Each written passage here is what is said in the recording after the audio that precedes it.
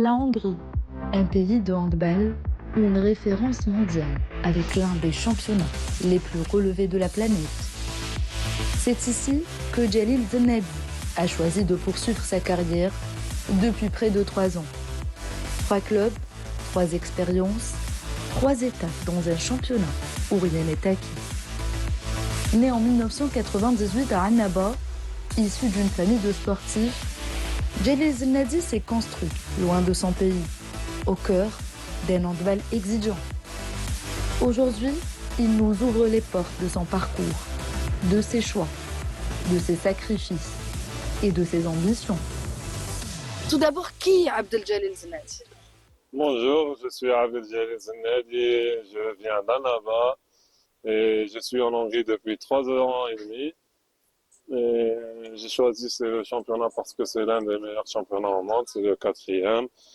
Et ça a été difficile la première année parce que je suis venu à la moitié de la saison. Mais après la deuxième saison, c'est bon, je me suis libéré, adapté.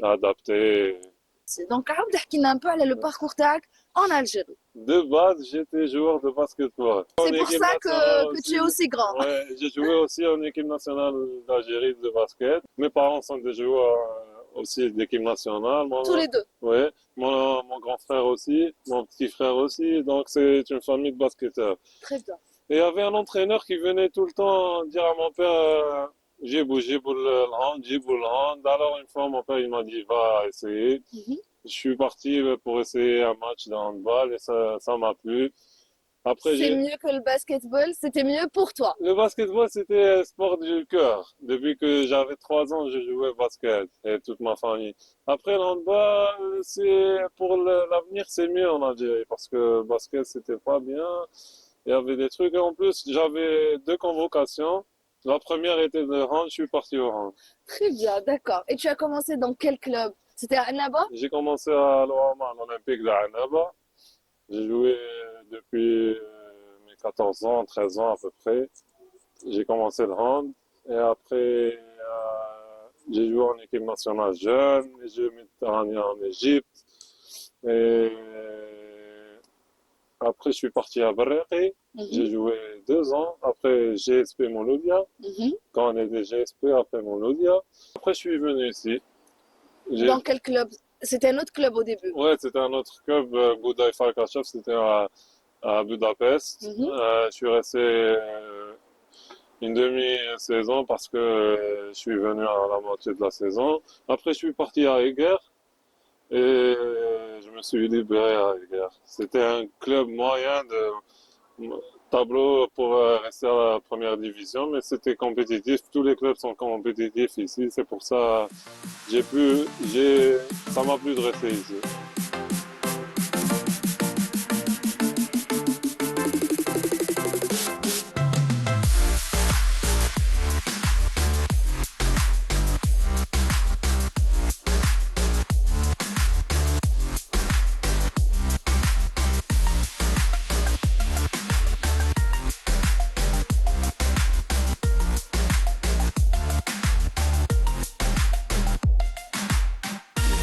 Si on parle aussi un peu de l'équipe nationale, comme tu viens de nous le dire, tu as commencé en équipe nationale très très jeune, tu as fait peut-être toutes les catégories et tu as participé aussi à plusieurs compétitions, notamment le dernier mondial, plusieurs coupes d'Afrique. Donc si on parle un peu de cette équipe-là, on va dire la nouvelle version de l'équipe nationale, puisqu'on voit la nouvelle génération qui débarque en équipe nationale.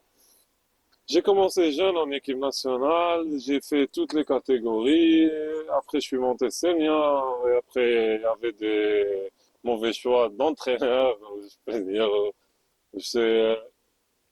qui m'a retardé un peu dans ma carrière. Mais après, j'ai essayé direct en Hongrie pour sortir. Après, je suis revenu en équipe nationale quand je suis sorti d'Algérie. Qu'est-ce que tu as pu apporter à l'équipe nationale? En ce moment, c'est une nouvelle génération qui vient de commencer dans la carrière. Maintenant, peut-être, il y a des anciens comme Mesroud, des Hicham Daoud qui... On va dire des piliers de l'équipe. Ouais. Et il y a quelques jeunes, beaucoup de jeunes. Mais la moyenne d'âge, c'est les 27 max. Il y a Abdi, Khalifa, ma génération, plus, je crois que c'est des 96 et moi 98. Et tous les autres jeunes joueurs, c'est déjà.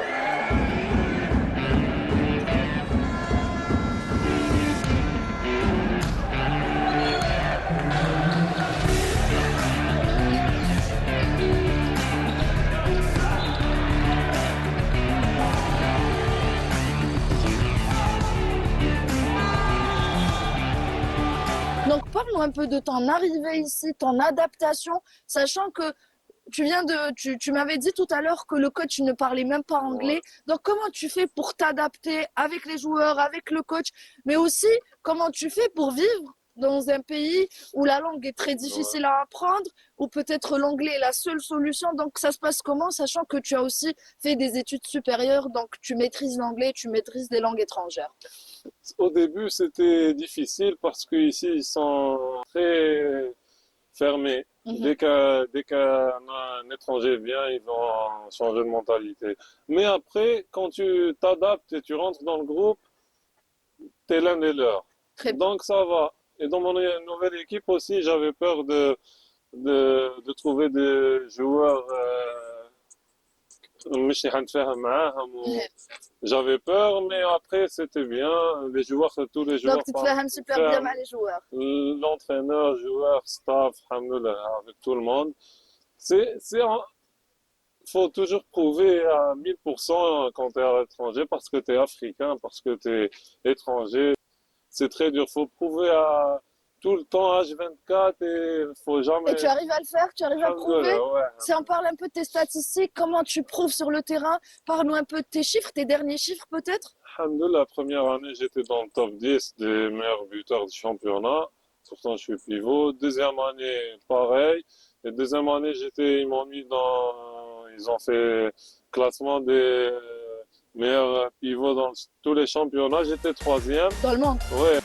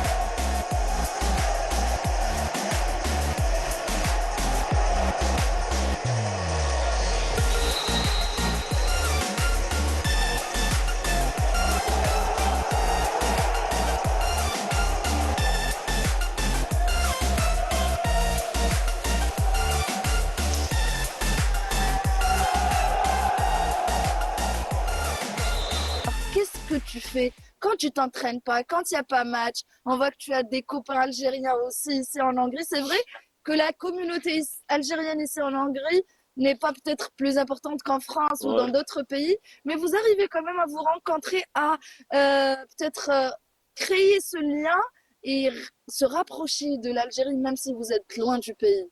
On est obligé parce que quand tu es à l'étranger, c'est difficile, surtout l'hiver. La nuit, elle tombe à 4 heures. Donc Voilà, à 16 heures, c'est la nuit en Hongrie.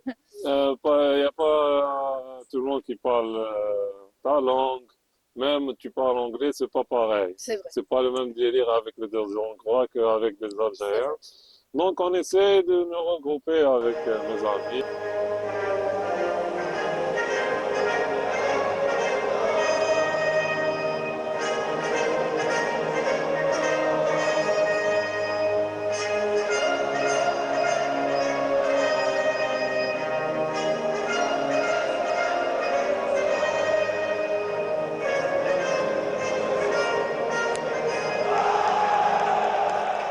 Et si on parle aussi des parents, voilà, les parents qui suivent Abdeljalil partout où il va. Sans eux, partout. Donc, on a la maman, le papa et le frère aussi.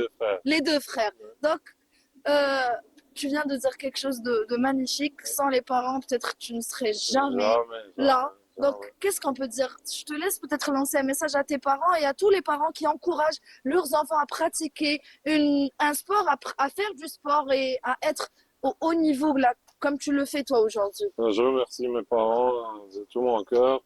Ils m'ont aidé quand j'étais jeune, ils m'ont donné tout pour pouvoir, même si quand tu es pour eux, maintenant ils te donnent. Et il y a beaucoup de parents qui le fassent aussi, mais il y a aussi des parents qui le fassent pas, et c'est dur. Et c'est un, quand tu es tout seul, ils viennent tout le temps ici. Ah, ils viennent, Ah, ils tout viennent, le temps, tout le ils temps. aiment bien la Hongrie? Ça va. Ma mère, elle vient parce que pour jouer, pour me voir jouer. C'est tout. Elle vient juste pour son Ouais, plaisir, pour la mon père pas trop parce qu'il travail. travaille, mais ma mère, elle vient souvent. Je te laisse lancer un message. On a parlé des conditions, de la difficulté de faire du sport en Algérie, mais c'est toujours une fierté de représenter le drapeau algérien. On est tous algériens, on aime représenter notre pays à l'international. Un message à toute la nouvelle génération, aux jeunes, peut-être même à ta génération, à toi qui veut peut-être aller jouer à l'étranger, évoluer, représenter l'Algérie. Je te laisse leur lancer un message. Le secret de la réussite, c'est de travailler, d'être discipliné, D'aimer ses parents aussi. d'aimer ses parents et d'être stable dans sa vie, parce que la stabilité, c'est bien. Dès que tu es stable dans ta vie, tes performances vont grimper Augmenter. direct. Ouais. Rien n'est impossible, jamais impossible. Et quel est ton objectif personnel à court terme et à long terme et ton objectif collectif? Quand je dis collectif, avec l'équipe nationale, on va terminer avec ça. Moi, j'aimerais remporter la Coupe d'Afrique, Inch'Allah. Pourquoi pas avec l'Algérie, c'est un des rêves de tout le monde et c'est une fierté. Et on peut le faire, Wallah, je crois, de tout mon cœur. Inch'Allah, en tout cas, ça m'a fait un très grand plaisir de t'interviewer, d'apprendre à te connaître et surtout d'apprendre comment tu vis ici. Merci beaucoup. Et c'est ça qui manque en Algérie. Personne ne connaît l'histoire des handballeurs, leur vie. Ils voient juste de l'extérieur. La façade de l'extérieur, Et oui. je te remercie beaucoup Avec grand d'avoir plaisir. fait ça et d'ouvrir la porte à d'autres journalistes, de voir les autres sports aussi, les, tous les sports. Tous les sports, Ouais. pas que le Pas football. que le foot. Pas que le football. Ouais. Voilà, c'était le message Merci d'Abdel beaucoup. Jalil. Merci encore une fois, Abdel Jalil, de nous avoir reçus, de nous avoir accordé cette interview. En tout cas, on te souhaite tout le meilleur. Merci beaucoup. Merci à vous.